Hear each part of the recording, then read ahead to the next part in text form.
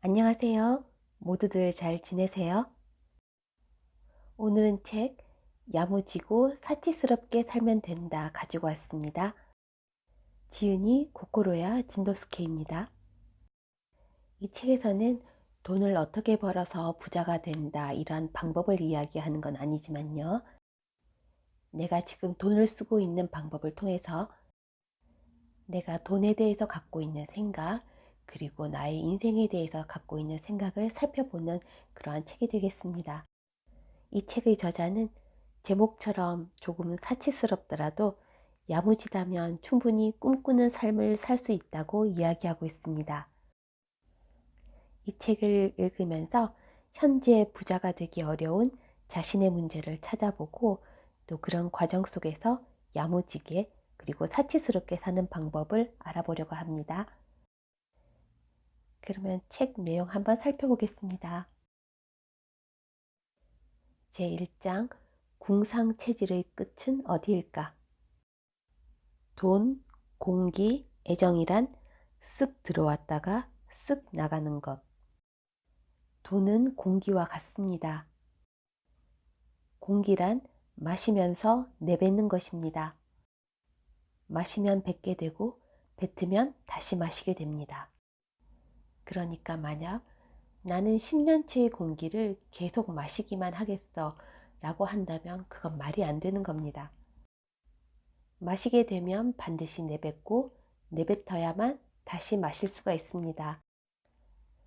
열심히 일하지 않으면 공기를 마실 수 없어 라고 생각하거나 난 평소에 집에서 빈둥거리니까 그리고 게임만 좋아하니까 공기 같은 건 마실 자격이 없어 라고 생각하는 건 사실 이치에 맞지 않습니다.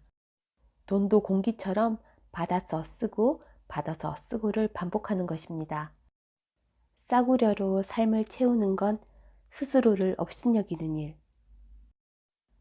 부자는 돈 씀씀이가 깐깐한 것 같아도 쓸 때는 또 거침없이 씁니다. 즉 자신이 정말로 좋아하는 일과 설레는 일에는 돈을 쓰지만 두근거림이 없는 일에는 돈을 쓰지 않습니다. 흔히 부자를 인색한 사람이라고 말하지만 그들은 단지 의미 없는 일에는 돈을 쓰지 않습니다.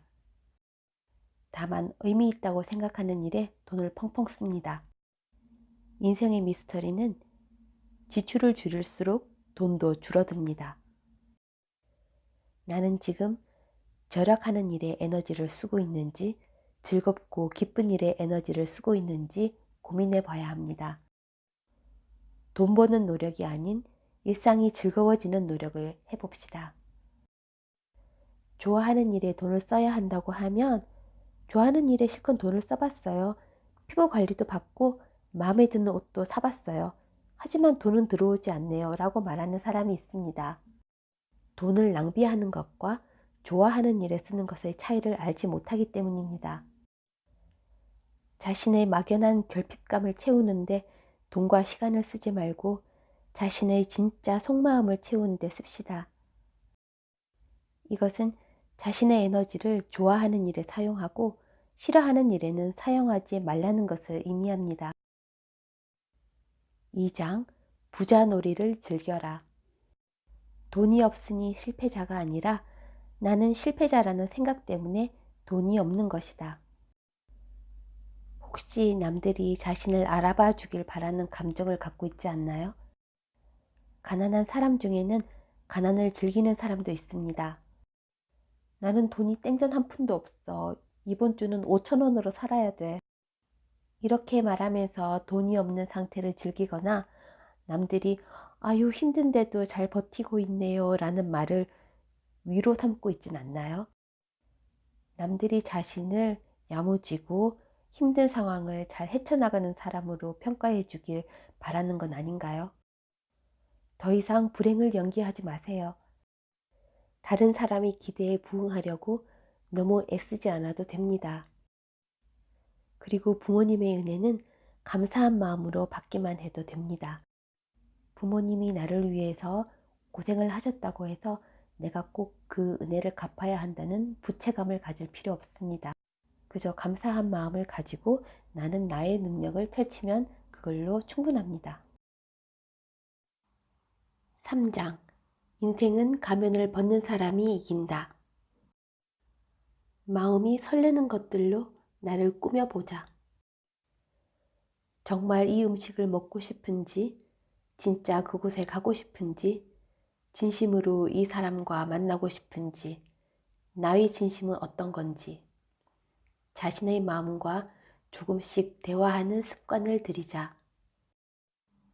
타인과의 대화는 공허함을 주는 경우가 많지만 자신과의 대화는 진심을 깨닫게 해서 충만함을 느끼게 한다. 그렇게 자기 주변을 마음 설레는 것, 좋아하는 것으로 채워가다 보면 쓸데없는 것들에 마음과 시간, 돈을 빼앗기지 않는다. 지갑이 빵빵해지면 무엇을 할까? 지금 은행 계좌에 100억이 들어있다고 상상해보자. 돈이 많아서 생활에 대해서 전혀 걱정할 필요가 없다. 그럼 두 가지 질문을 해보자. 100억이 있어도 계속 하고 싶은 일은 무엇인가? 100억만 있다면 지금 당장 그만두고 싶은 일은 무엇인가? 100억이 생겨서 그만둘 일은 지금 당장 그만두어야 할 일이다. 100억이 있어도 하고 싶은 일은 계속해도 좋은 일이다. 4장.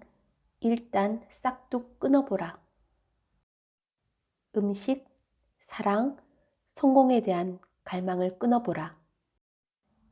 단식, 단애, 단성공. 이는 바꾸어서 말하면 음식, 사랑, 성공을 바라지 않는다는 말이다.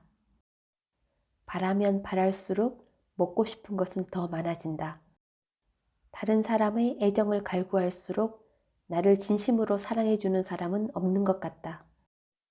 성공하지 못하면 어디서든 인정받을 수 없을 것 같다. 이 세 가지 갈망을 모두 포기해보자. 이렇게 마음을 고쳐먹으면 깨달음이 있다.